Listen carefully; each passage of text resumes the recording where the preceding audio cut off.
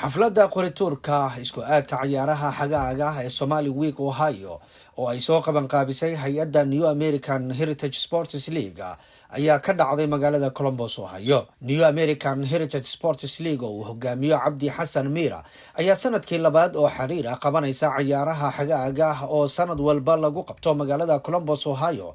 waxaana sanadkan ka qayb galaya 16 koox oo laba kamid ah markii ugu horeysay ay ka imaanayaan dalka Canada. bahda sportiska, siyaasiyiin, ganacsato, hogaamiyaal, madaxa New American Heritage Sports League ayaa xafladda qorituurka ka hadlay. caaway waxaan halkan u joognaa qorituurka isku aadka kooxaha kubadda cagta ee Somali Week Ohio ee samarka bisha May 24keeda nagu soo aadan. ma ahan markii ugu horeysay, xilliyo badan oo aad u fara badan ayaa la soo qabtay, laakiin waxay kaga bedelan tahay tii sanadkii hore la qabtay tan sanadkani waa markii ugu horeysay ee baaxadda ciyaaruhu ay heer weyn gaaraan. Allah Taala sportiga Soomaalida waad u soo jeesateen, laakiin wuxuu la dagaalamaa dhammaan daroogada, wuxuu la dagaalamaa malaayacniga, wuxuu la dagaalamaa shayga imtixaanka ah ee Soomaaliya oo dhan halakeeyay ee qabyaalada. Ruurtana dhib baa haysta, dhib badan baa jira, role model baad u tihiin. wallahi baan ku dhaaranayaa shalay markii ugu dambeysay meesha shaqada aan ka tagay islaan Soomaaliyeed oo ay soo wacday oo wiilkeed inta dilay guriga ka cayriyay. waa shalay ma ahan doon dhaaranayaa, waa yesterday afternoon way oo Friday ahayd. maalin walba marka waxyaalahaas aan aragnay haddii dhalinyaradaas marka ay heli lahayd wax gacanta ku dhiga ama sports galiya ama u sameeya oo intaynu madax iskula jiro aynu lugaha isku qabanayno madaxana isku qaban lahayn oo wada socon lahayn wax walba inoo suurtoobi lahaa. marka 100% waxaan ku dhiirigelinayaa in la taageero. aniguna qof ahaan runtii aad baan caawa ugu faraxsanahay inaan ka soo qayb galay meeshan. waliba waan u ducaynayaa nimanka hawshan qabtay, wadaadna hoostaan ka ahay. markaas aragnay again mar labaad mar saddexaad farxad baynu tahay qorituurkan tiimamka dhanba runtii waa ku congratulate garin doonaa insha Allah. hadafkuna waxa way tiimamka finalka gaari doona runtii insha Allah inay fursad qaali heli doonaan, dhalinyaro badan ay ku dayda oo ka dambeeyeen runtii inay heli doonaan. marka aad baa u mahadsantihiin. I hope ma aragtay inay noqoto wax joogto ah ma aragtay oo ma aragtay sanad kasta la sameeyo. sportska oo unifier soo xasan sheegay, culimada ay sheegeen wax ummadda isu keeno, generation badan isu keeno, unity-ga marka ummadana meesha laga arki karo. dhammaan ganacsatada Soomaaliyeed waxaan ugu baaqayaa inay garab siiyaan mataqaanaa Somali Week iyo tiimka barnaamijka wada.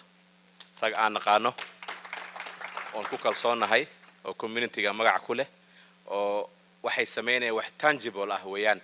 marka dhammaan ganacsatada waxaan ugu baaqayaa inaad arintaas si mataqaanaa dhabar adeega oo aad u wacan inaad u soo garab istaagtaan.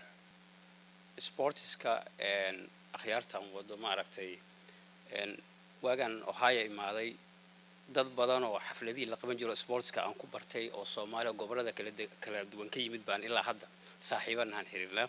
marka sida akhyaartii ugu horeysay sheegeen iska isdhaxgal bulsho waayo dadka Soomaalidana waa la isku bartaa.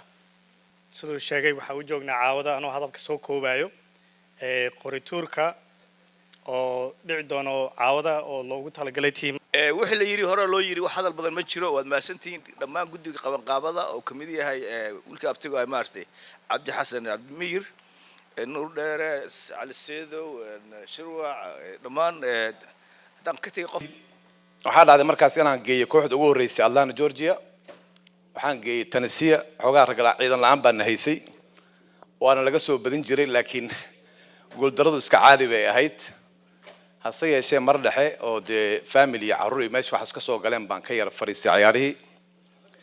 kadib waxaa hadda dib igu yimid muddo 7 sano ka hor ah dhalinyaradii koobka uu ka joogsaday. sida ogtiin xilligii pandemic wixii ka dambeeyay ciyaar ma dhicin.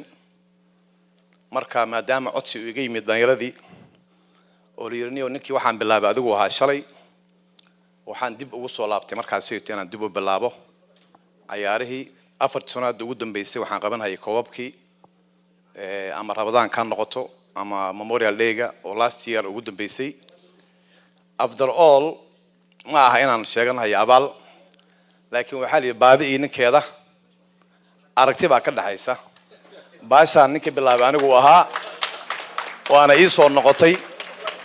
sportska lacag hal geliyo ciyaalkeena say ay u noqdaan ciyaal caafimaad leh, nadiif ah oona generation fiican ah laakiin haddii aad dhahdid aan 100 kun aan hibil aan siina xildhibaan aan raadina cunugaaga xildhibaan wuxuu noqonaa asna ayaal suuq marka niyo anaga waxaan leenahay soo dhawaada odayaashii aan nahay wax walba oo sporti ku saabsan intaasi kadib qoratuurka isku aadka kooxaha ayaa la sameeyey waxaana group A soo wada galay TMT Portland Gargaar iyo FC group B waxa fooda isdari doona Ohio Eagles Young Star Lido Toronto Stars group C waxa isu soo salaami doona Ohio North Stars Lewiston FC Midnimo iyo SMC Toronto Hilaac Ohio SB United Denver Colorado iyo Nashville ayaa group D isku arki doona Soomaalidu waxay dhahaan ciyaari waa galin dambe anna waxaan idin leeyahay waa inoo maalinta ciyaaruhu ay bilaaban doonaan iyo New American Heritage Sports League oo halkaas idinku soo dhaweyn doonta